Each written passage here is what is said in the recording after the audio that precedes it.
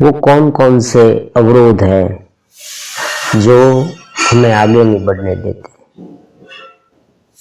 कई बार मुझे ऐसे प्रश्न पूछे जाते हैं कि गुरुजी मैं आगे बढ़ना चाहता हूँ लेकिन कुछ कर नहीं पाता। मेरी जो चाह है वो कुछ करने की है, मेरा उत्साह है वो भी कुछ करने का है, फिर भी कोई ना कोई जो ऑब्स्टेकल्स है, जो अंतराय है, वो बीच बीच में रुकावट पैदा करते हैं।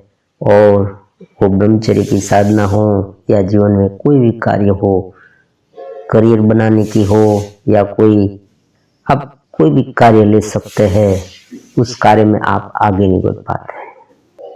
अलग अलग प्रकार की इंद्रियां और हमारी बॉडी, मन, अलग अलग साधन हमें परमात्मा ने दिए हैं। जैसे कोई एक कंप्यूटर का एग्जाम्पल मैं आपको देता हूँ। मान लीजिए कंप्यूटर है तो उसमें आप क्या क्या कर सकते हैं। उसमें आप म्यूजिक बजा सकते हैं, उसमें आप कोई लेटर टाइप कर सकते हैं। एक्सेल के द्वारा आप किसी भी प्रकार की जो कॉम्प्लेक्स कैलकुलेशन है वो भी इसमें कर सकते हैं। डेटा स्टोरेज का काम कर सकते हैं, इंटरनेट देख सकते हैं, बहुत कुछ कर सकते हैं। तो उनके लिए अलग अलग पार्ट्स उसमें दिए गए हैं। कीबोर्ड है, माउस है, स्पीकर है। अगर हम बोलना चाहते हैं और हम जो बोले वो अगर हम रिकॉर्ड करना चाहते हैं तो हम माइक्रोफोन भी लगा सकते हैं। अलग अलग प्रकार के कई सारे पार्ट्स उसमें है। हार्ड डिस्क है, स्टोरेज के लिए उसमें हार्ड डिस्क दी गई है।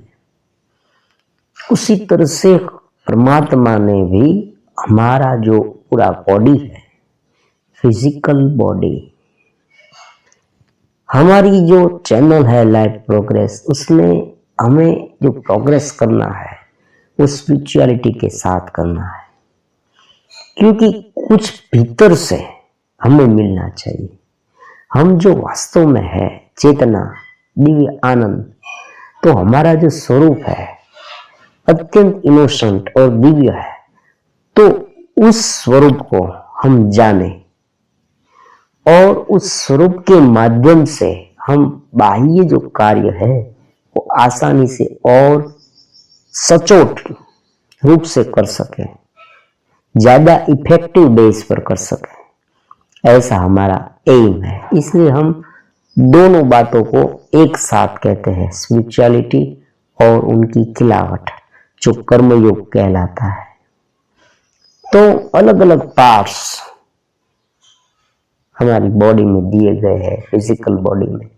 उसी तरह से उसे चलाने के लिए भीतर एक जो दूसरी बॉडी है, सूक्ष्म शरीर, उसमें जो हमारा माइंड है वो कई प्रकार के विषय के बारे में सोचता रहता है, वह भी है।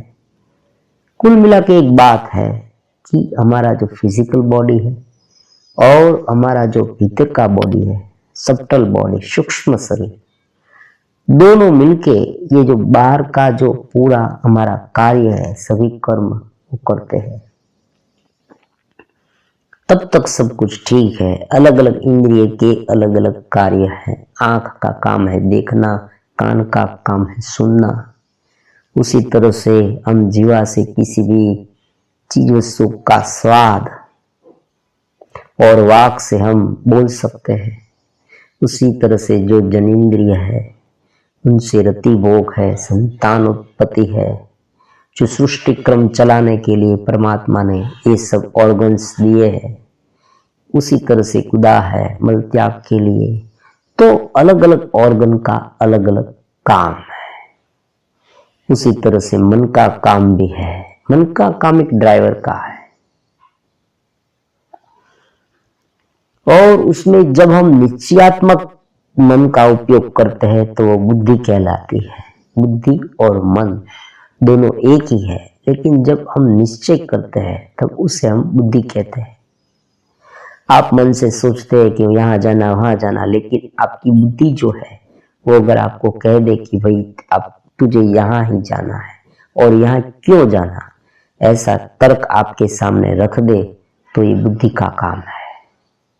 तो उसी तरह से मन और हमारा जो पूरा बॉडी, उनके अलग अलग प्रकार के ऑर्गन्स, ये कुल मिला के मिलजुल कर ये सब कार्य कर रहे हैं।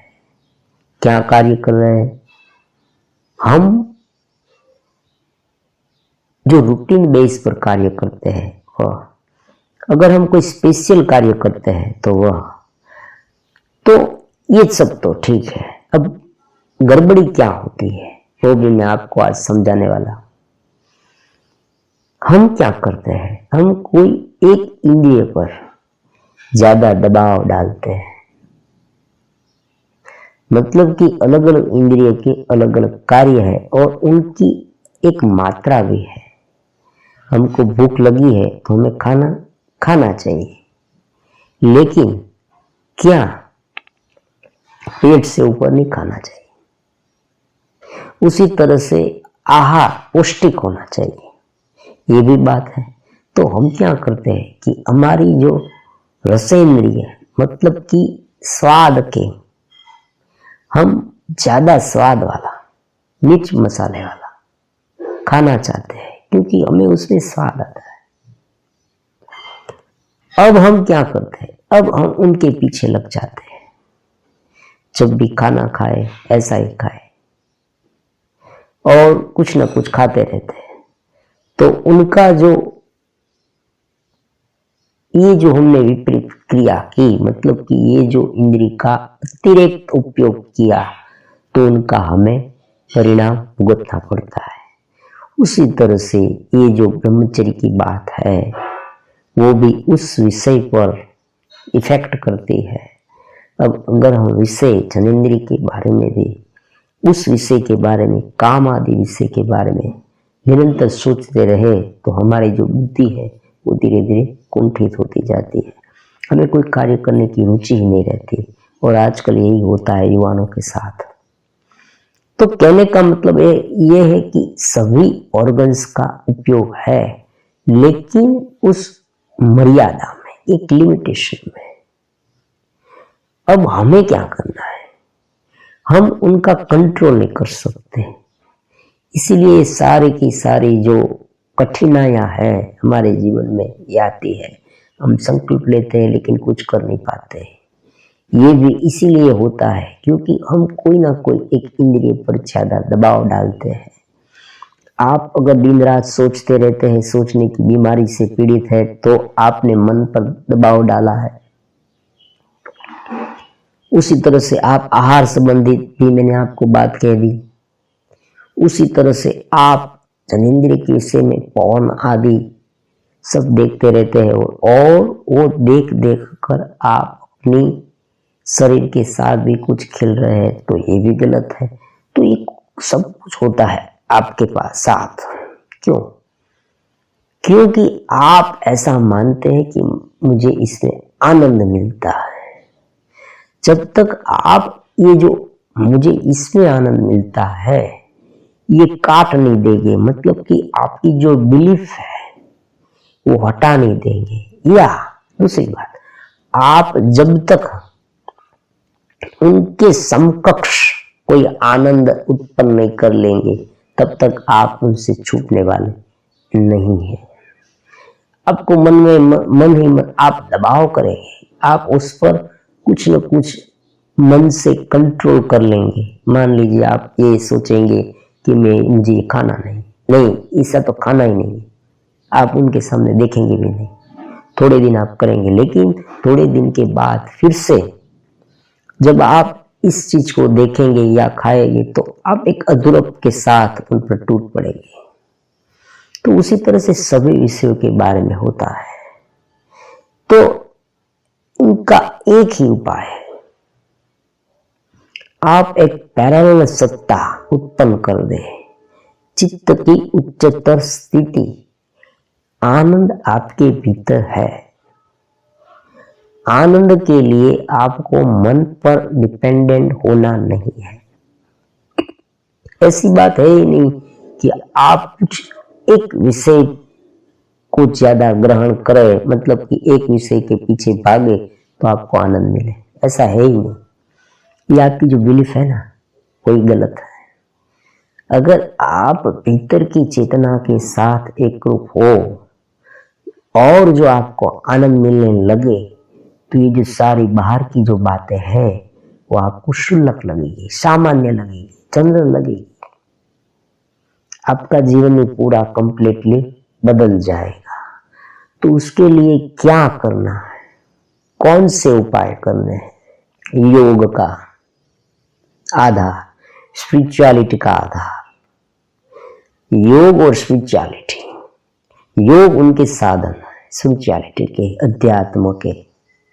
अध्यात्म कहता है कि जो बाह्य जो बॉडी है आपकी और जो आपका मन है वो केवल आपके साधन है, आप नहीं है। जिस तरह से आप कोई व्हीकल लेकर एक जगह से दूसरी जगह पर जाते हैं तो जो व्हीकल है वो आपका साधन है, उसी तरह से आप इस बॉडी को एक जगह से दूसरी जगह पर ले जाते हैं। आप मन से सोचते हैं, आप बुद्धि से निर्णय करते हैं, आप ये करते हैं, आप वो करते हैं। तो आप जो अलग अलग बातें करते हैं आपके शरीर के द्वारा, मन के द्वारा, बुद्धि के द्वारा, तो आप ये नहीं है, आपके ये सब साधन है। आप स्वयं आनंद है। तो उसी बात पर लगातार जोर देना है। ये एक बात हुई। अब जो दूसरी बात है, रेगुलरिटी करना, रेगुलर करना, मतलब कि आपके जीवन को सुबह से लेकर शाम तक एक रेगुलर बेस पर करते रहिए। आप सुबह जल्दी उठे हैं, आपने ध्यान किया, आज किया, कल किया, परसों किया, इस तरह से आप कीजिए। क्योंकि एक दिन किया और दूसरे दिन छोड़ दिया, तीसरे दिन किया और चौथे दिन छोड़ दिया, फिर किया ही नहीं, एक साल तक फिर करने लगे, इस तरह से कुछ इकट्ठा होने वाला है ही नहीं। आपने कोई एक स्थान पर बड़ा गड्ढा खोदने का निर्णय लिया है, तो आपको क्या करना होगा? एक ही जगह पर लंबे समय तक आप उनकी जो जमीन भूमि है वो निकालते, मिट्टी निकालते रहेंगे तो बड़ा गड्ढा हो जाएगा वहाँ। लेकिन अगर आप स्थल, प्लेस अलग अलग सिलेक्ट करते रहेंगे तो कुछ नहीं होगा। उसी तरह से आप एक रेगुलर बेस पर करिए।